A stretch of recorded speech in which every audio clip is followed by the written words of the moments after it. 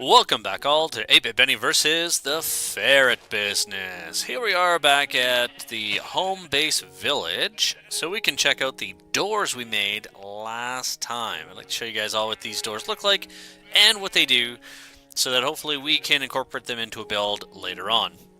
So let's take a peek. Ooh, nighttime. Ooh, nice full moon. Alright, so let's start with the shoji door. Nice, it slides left and right. So I've made a bit of a little room in here. I'm kind of hoping that I can get the encourage the villagers to spawn more. Although if I'm not over here, I probably won't be able to. But hey, nice try, right? Next, let's look at the laboratory door. This one's actually pretty cool. I like that it goes up and down. I like. Oh, I didn't realize it was visible up there. So I'll have to watch that. But that's if you have if you have go in the ceiling or you have your wall a little higher than that, you'd never notice that. I also like the sound it makes. Let's look at our wood glass door. Again, I like that it slides to the side. I kind of like the swooshy noise it makes. That's pretty fun. These two doors, we have a jail door and an iron glass door, both of which require a redstone signal. So, I made a button. Ta-da! They're kind of loud. Here, let's try seeing what it is if we do them one at a time. Yeah, see, that one's not so bad. What happens if we do the jail door? I think the jail door was the loud one. I like that. That's kind of fun. It's jailerific.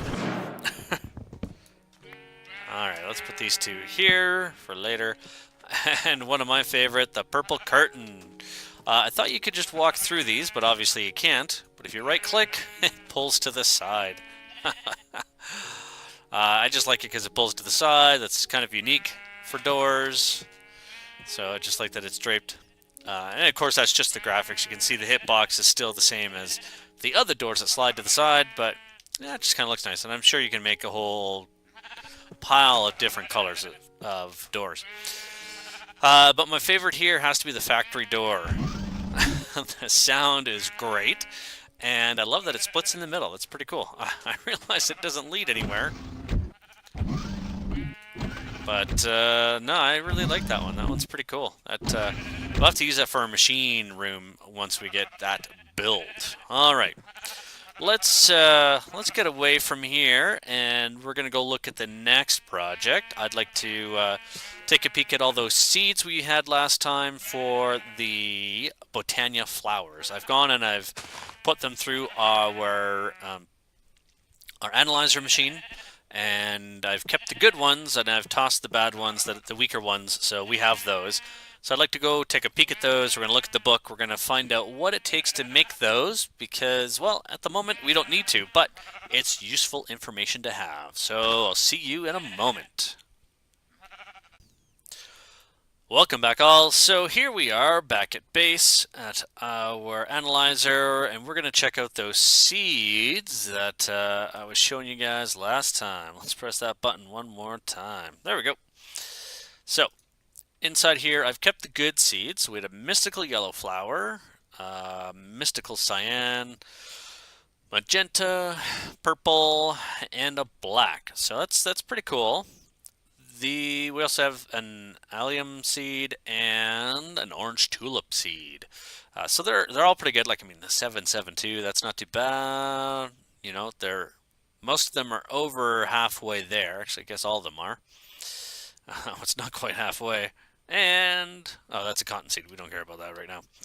So if we look at our agriculture journal, that's the word I'm looking for. So we can see here, allium seeds, we can see that. It's going to show us brightness range, fruits. In this case, it's going to give us magenta dye. Shows us our growth stages. We can see the final stage here. The nice thing is discovered mutations. So it's telling us if we grow seeds and allium seeds, we can spawn something else. So if we put this in one plot, leave a space in the middle, put this in another plot, put the two crop sticks together between them to make the trellis, we can actually get a brand new seed. Now we don't know what that seed is. We'd have to do that experiment to find out. Go further in, we're going to see we have our mystical black flower seeds scanned. Unfortunately, it's going to show us we have black petal. It's not going to tell us how to make it, which I thought it did in a previous version. Maybe I had made it, and that's why it was showing up in the mutations. But we don't have that right now. You can see there's another mutation here with potato seeds. Pumpkin and potato seeds lead to who knows what. So that's pretty cool. So to show you how difficult it is to make some of these seeds, let's look at the mystical white flower seeds. So this is really cool. It's showing us crop mutation. It's showing us our little trellis with our crop sticks. On one side we have a white tulip seed. On the other side we have a daisy seed. And in the middle we would get a white mystical flower seed. It's showing us also that we have to plant it on podzol. Some of the more advanced flowers that give you, say, redstone and stuff, you need to plant on 2 different soil types. Usually it's like a soil here and then, say, a block of redstone underneath. So to give you an example here, the white tulips and the daisy seeds don't just show up. Let's look. White tulip. We need a daisy seed. We need a dandelion seed. We can plant that on any kind of soil, humus, farmland. We would get a white tulip seed. What's it take to make a daisy seed? Let's see, a dandelion and a blue orchid on top of soil. The dandelion seed would be a sugarcane and melon seeds. Melon seeds are used to get sugarcane seeds. Where do those come from? Not sugarcane, believe it or not.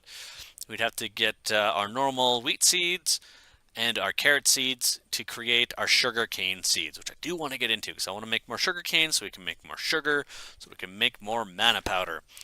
But so that kind of gives you an idea of what it's like, and of course this takes in, of how far down the rabbit hole you have to go in order to get these mystical flowers.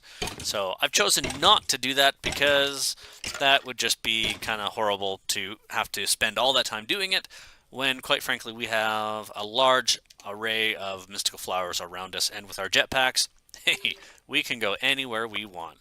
Let's see how our wheat farm's doing, and we'll see how many we get here. I actually don't remember how many plots I put down here, which is fine. We're gonna get a ton of wheat here. Let's make sure we grab all of it. There we go. Let's see, stack of 64 and 24, so we got 86. 86 wheat from that patch there. That's pretty cool. That's going to make us a lot of bread eventually, and then we'll make that bread into toast, which will be, believe it's going to give us some more food than these baked potatoes are. So that's going to be pretty darn cool. So, all right, let me do another cut. There's one more thing I want to look at today. It's going to be extra special, and it should be pretty dangerous. All right, see you in a moment. All right, welcome back all. So here we are. I've made a little construct here.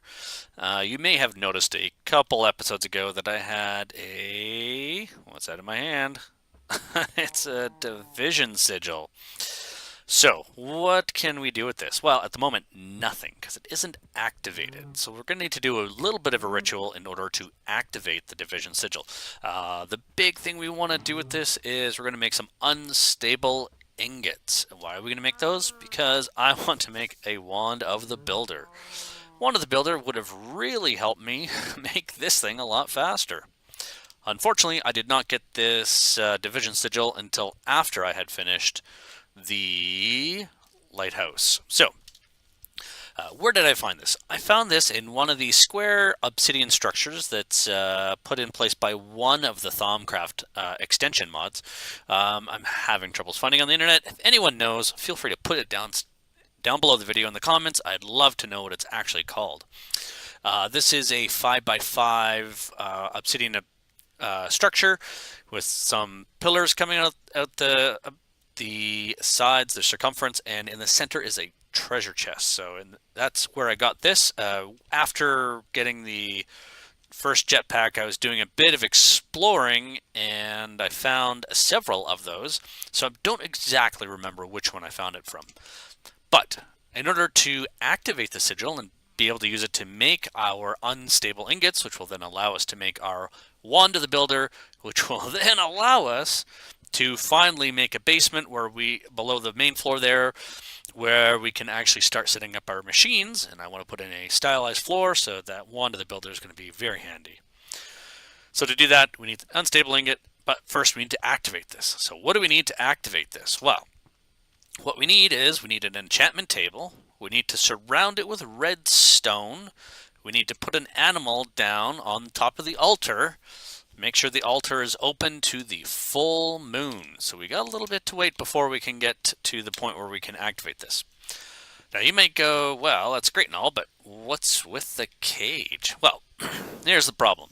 When we activate the sigil, the ground here is going to become, I believe it's tainted soil, which we can find in the nether as well. I'm going to check out what it is here. No, sorry, maybe it's cursed earth. Anyway, we're about to find out. What happens is when cursed earth is shown to the dark, as long as it doesn't have daylight on it, it spawns monsters. When it does have daylight on it, enchanted bow. When it does have daylight on it, it will burst into flames. So what I've done is I've made the cage so that we can contain the monsters. I've put a roof over it because I'm kind of hoping that we might be able to turn this into a mini mob spawner if I can stop the dirt from burning. And we just come back here and keep killing mobs. The other thing I've done is I've made an iron excavator, which is a tinker's tool, which if you haven't seen one work before, it does a 3x3 area for digging.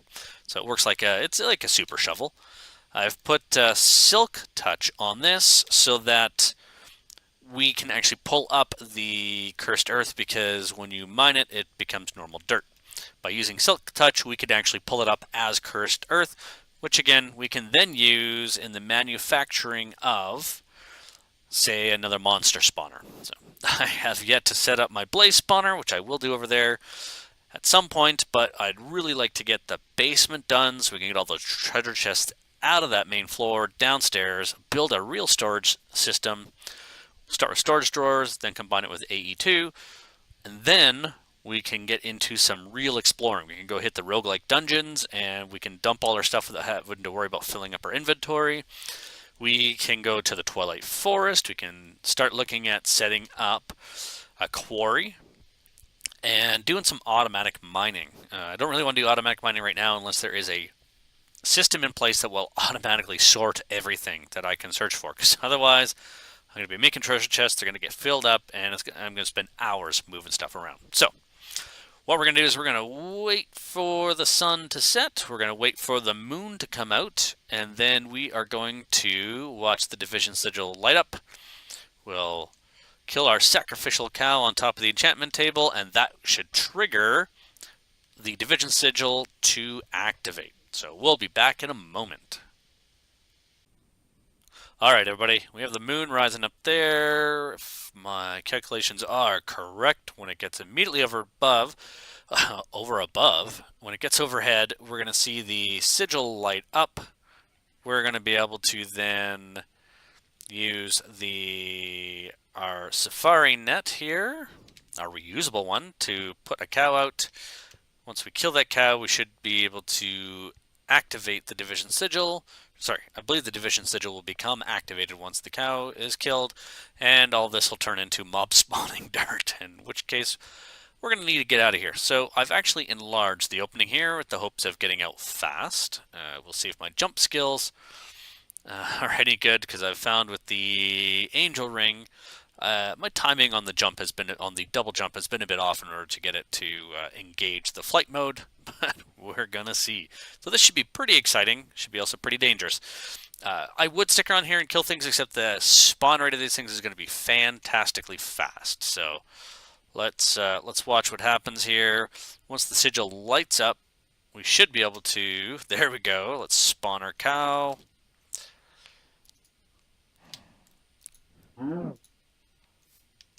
And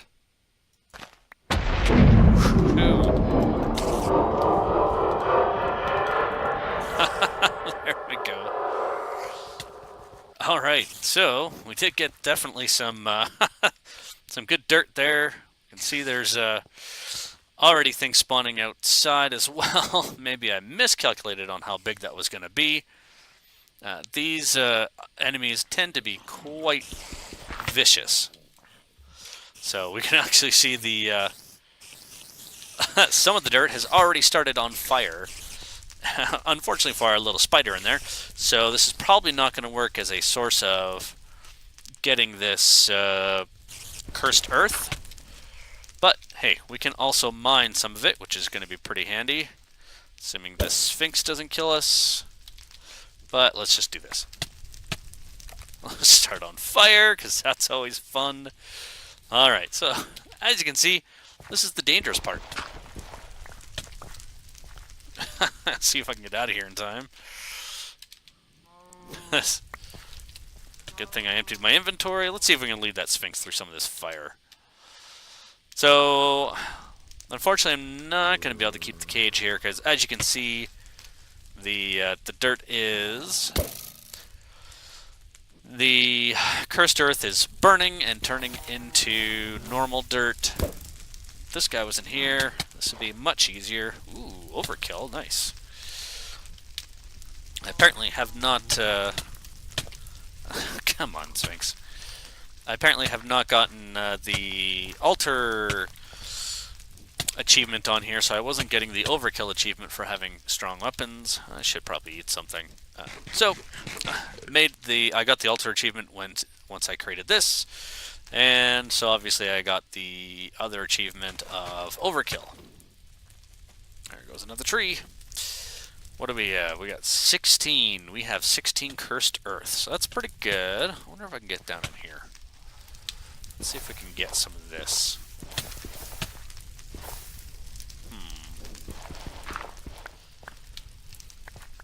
Yeah, it should be safe to do this in here.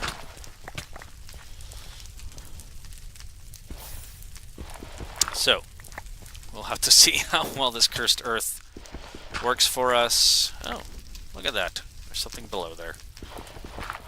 And with luck, I won't let the Sphinx in. Although, really, not the end of the world if I did. All right. Well, I think this is going to be a pretty good haul here for the cursed earth. I'm not sure what that was, but that's okay. All right. Let's use. We of course with our Madoc have Soak Touch as well, but personally, I was a little worried about making sure I could dig up a lot of this at once. Using the excavator. The excavator is also going to come in really handy, obviously, for down in the basement. Okay, buddy. Yeah, these guys regenerate super fast. Oh well, that's fine. I don't think it's going to hurt us at all. We'll leave that there, because we can. I'll probably clean this up later. I'll reclaim the iron bars, reclaim our enchanting table, although we don't really need it, and I'm just going to let all this stuff burn away.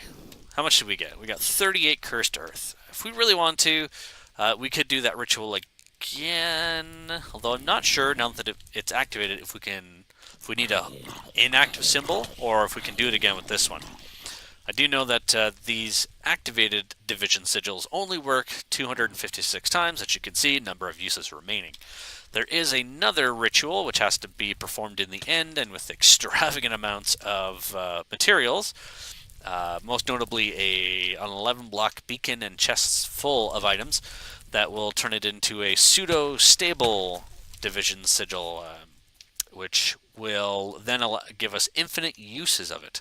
Unfortunately, the materials required to create that are beyond our means at the moment, as well as we haven't actually gone to the end yet, which is where we would need to construct it. This is something I need to fix in my wall, is I need to find a way to stop the Sphinxes from getting there. So unfortunately, they can jump high enough.